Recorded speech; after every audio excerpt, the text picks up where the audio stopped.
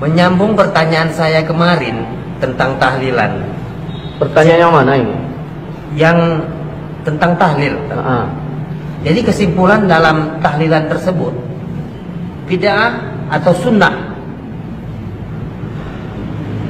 Jangan ke sana kalau kita mau ngomong bid'ah atau sunnah, seolah-olah cuma pilihan itu dua. Kalau nggak sunnah, bid'ah. Nggak sunnah, bid'ah. Hukum itu ada berapa? Hukum ada berapa, saya tanya? Sunnah itu apa? Sunnah itu ma'udhifa ilan nabi, sesuatu yang disandarkan kepada nabi. Ya. Perkataan, perbuatan nabi. Jadi jangan selama-lamanya kalau memang itu sunnah, kapan nabi bikin? Tapi kita sudah sepakat dalil kita ini satu Quran, yang kedua hadis. Hadis itu apa? Ya sunnah. Apa itu? Ma'udhifa ilan nabi, sesuatu yang disandarkan kepada Rasul. Ada perkataan nabi, ada perbuatan nabi. Nabi nggak bikin, tapi nabi katakan, yaitu disebut sunnah. Nah, sekarang saya tanya, nabi sholat wajib nggak? Sholat 5 waktu nggak? Sholat. Sunnah nggak? Hukumnya Pak? Wajib. Wajib. Nabi sholat tahajud nggak? Sholat. Sunnah nggak? Sunnah. Hukumnya Pak? Sunnah. Nabi makan minum nggak? Makan minum. Nah, sunnah nggak itu? Sunnah. Hukumnya apa? Sunnah. Mubah. Mubah. Nah, Nabi istrinya berapa? Kata Allah berapa bolehnya? 4. Nabi istrinya berapa? 4. Ini nanya yang nggak jelas. Nabi istrinya berapa? Lebih nggak dari 4? Lebih. Nah, sunnah nggak? Sunnah. Hukumnya kalau kita macam mana? Maka ditanya itu hukumnya. Hukumnya bagaimana? Kita udah bagi kemarin antara kenduri, sudah kita bahas, dengan apa namanya, berdoa membaca Quran. Hukumnya itu apa? Allah menyuruh membaca Quran, umum kalimatnya. Yasin Quran nggak? Quran. Ketika Allah menyuruh kita membaca Quran, berarti kan dari suruh kita baca Quran. Waktunya ada nggak dari Allah dan tempatnya? Udah kita bahas itu. Jadi jangan berulang-ulang. Hukumnya, nah, Allah udah suruh kita baca Quran. Nah, di dalam tahlil itu kan baca Yasin. Quran nggak Yasin itu? Quran. Oke. Kemudian ada nggak waktu dari Allah untuk membacanya? Tidak. Berarti kan kita yang memanagenya, waktunya. Nah, udah, terus kita baca, udah kita bahas dalam beberapa acara kita, udah kita bahas. Nah, jangan itu pertanyaan diulang-ulang lagi, udah jelas itu. Nah, kembalikan kepada hukumnya. Wajib nggak tahlil? Kalau wajib berarti yang nggak tahlil dosa. Haram nggak tahlil? Kalau haram berarti yang tahlil dosa. Kan Allah udah bilang dalam surah An-Nahl ayat 116, jangan kau katakan sesuka lidahmu secara dusta. Ini boleh, ini tidak, haza halal wa haza haram. Saya mengatakan boleh dengan alasan yang sudah saya sepakat, yang sudah saya sebutkan. Ada orang bertanya, kenapa Ustaz sebutkan dalil-dalil aja pakai pemikiran sendiri? Kenapa enggak pakai ulama? Kalau kita udah cerita pakai ulama, udah clearnya kita. Ini begitu disebutkan ulama, dalilnya mana? Makanya saya nggak mau bicara kaul-kaul ulama lagi. Saya bahas dalil. Makanya didengarkan, disimak baik-baik itu.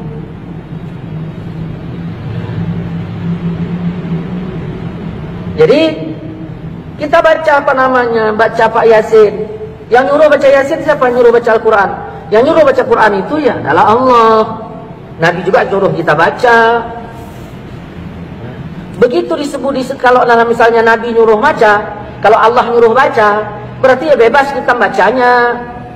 Diperkirakanlah itu tempat baik untuk dibaca atau tidak. Jadi hukum itu dikemanakan? Ada 5, wajib, sunat, mubah, makruh, haram. Kalau tidak wajib, apakah berarti udah haram?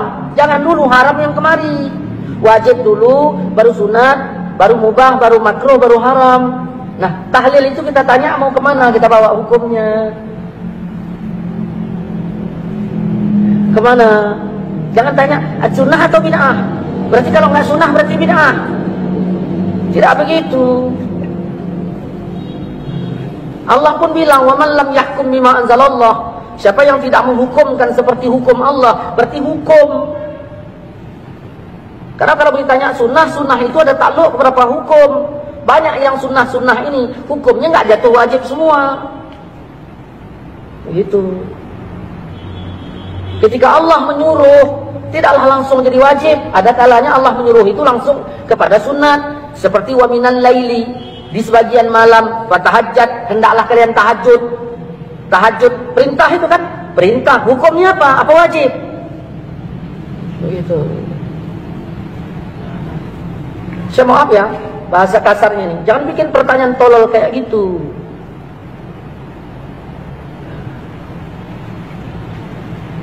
Oke lah Ustaz. Ada satu pertanyaan lagi. Kalaulah boleh membaca Al-Quran di tempat orang meninggal itu, apa manfaatnya Ustaz? Ini pendapat, nanya pendapat saya, apa nanya keterangan? Begini, dah, ya.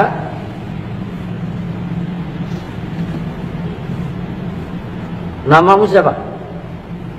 Adi. Adi. Dah, orang tua Adi meninggal.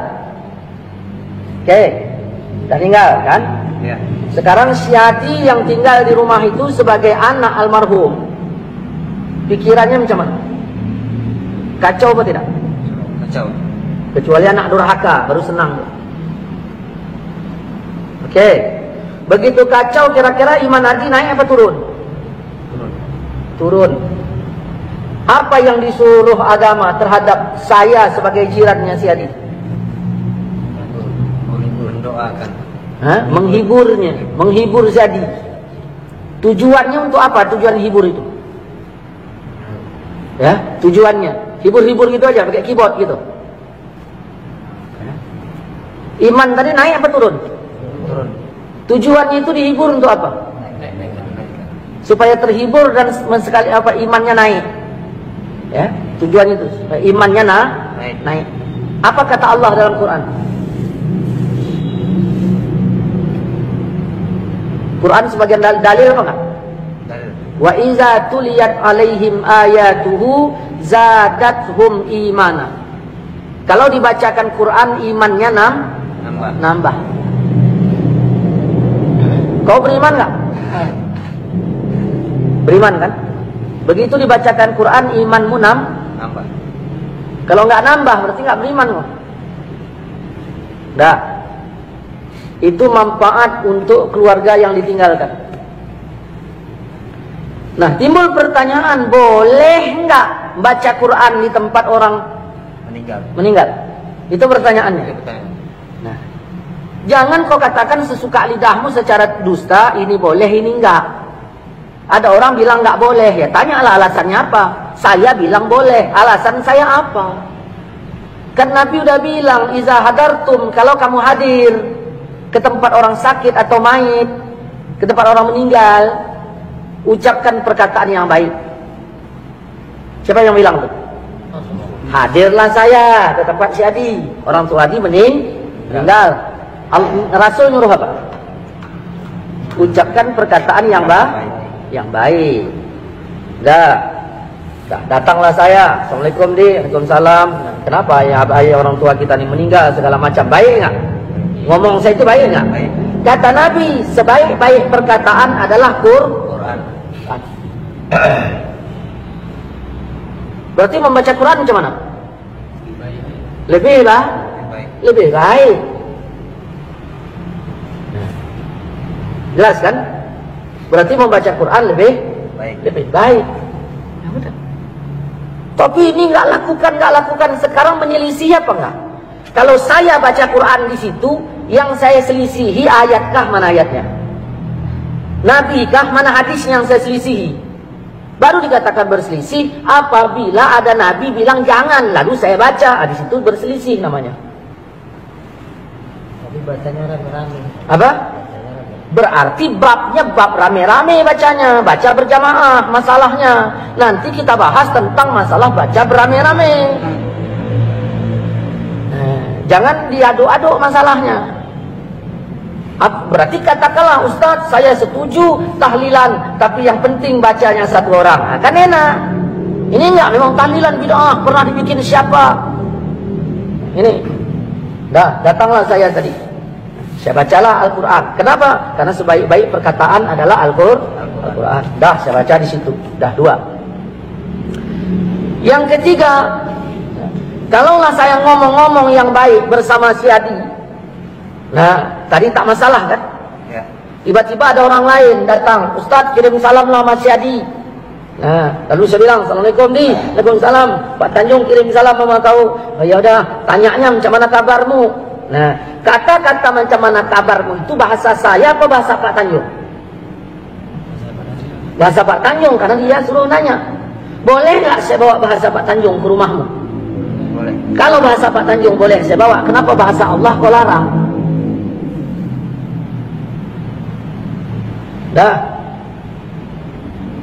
Kemudian baca Quran ini bagian dari zikir apa tidak?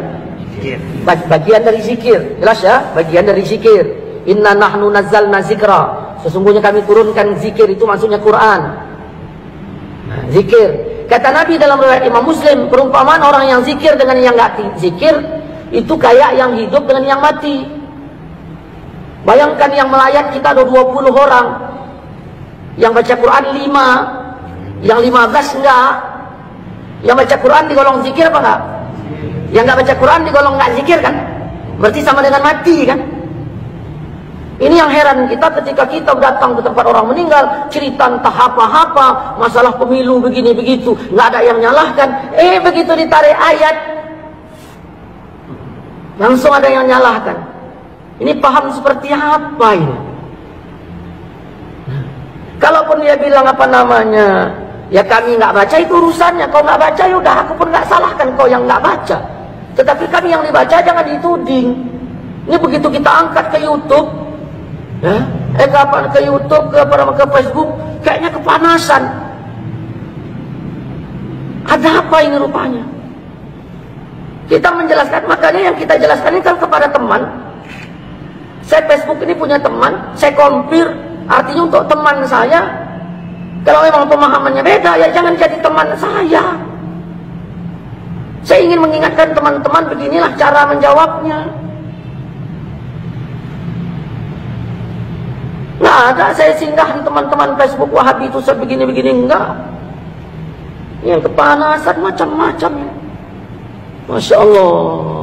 Ya. Udah. Ini baru 3. Ya. Kemudian dia berbicara manfaat kan? Ya. Berbicara manfaat. Baiklah, Ustaz. Jadi tunggu dulu, belum selesai. Jangan main baik-baik. Ada orang nelpon saya, Assalamualaikum Ustaz. Waalaikumsalam. Ya. Nah, si Polan meninggal. Siapa? Ayah si Adi. Saya bilang apa? Innalillahi. Innalillahi itu apa? Kembalikan Al-Quran. Innalillahi itu Quran. Kalau pertama kematian saja kita dikembalikan kepada Quran, kenapa dilarang membaca Quran di waktu yang lain? Kemudian mau ditanya apanya lagi? Sampai enggak kepada almarhum? Kan begitu. Sampai.